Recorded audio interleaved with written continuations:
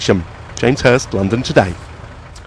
Now, two young London journalists have set themselves a mighty task for the first time away from home without their parents. It was to see the work being done to save the lives of children in Africa. Ella Parry-Davies and Gislan Akabusi met young people affected by HIV/AIDS in a district with one of the highest infection rates in Kenya.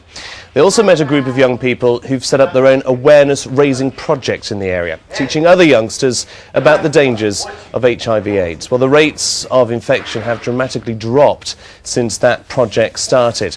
Ella is 16, Gislan is 13. They've only just arrived back in London this morning, feeling very jet-lagged. They've dashed straight to the studio from the airport to tell us about their experiences. Welcome to you both. Thank you. Fantastic assignment.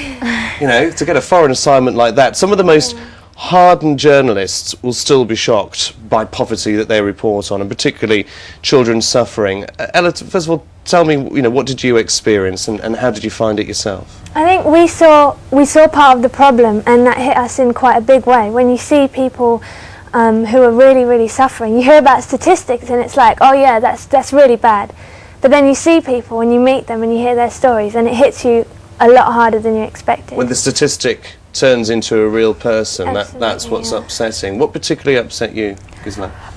We met a young girl called Diana and her mum Nina, and Nina, her mum, had HIV, was born, well, she caught it from her husband, and Diana was raped by her next door neighbour who was 20 years old, and because they think that if you rape a virgin, if you sleep with a virgin, then your HIV will go, which is not true. And now the young girl, she was raped at the age of 3 and now she has HIV herself. So one of the things you'll be writing about in your reports perhaps is the comparisons you can make to your life and their lives, but also the lack of education that this project that you visited hopes to remedy. Is that right? Yes. They've made a really big difference, the project. Like you were saying, the rate of new infections has dropped really dramatically, and I think that peer education and young people teaching other young people is really beneficial in this situation. It works really well.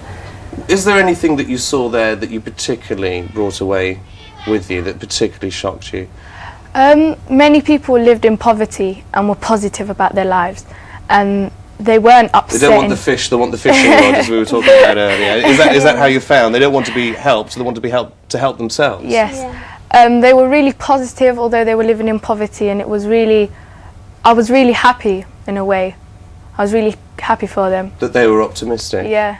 Now, on your T-shirts we can see Children's Express. This is a fantastic bureau, news bureau for children like yourselves who want to be aspiring journalists. Where are we going to see your work? Presumably now you're going to have some rest and dash back to the newsroom and start writing up your stories. Hopefully we're going to do some radio packages and a few articles for the local newspapers, and hopefully a TV package for a programme. We're not sure yet, but we're still working on it.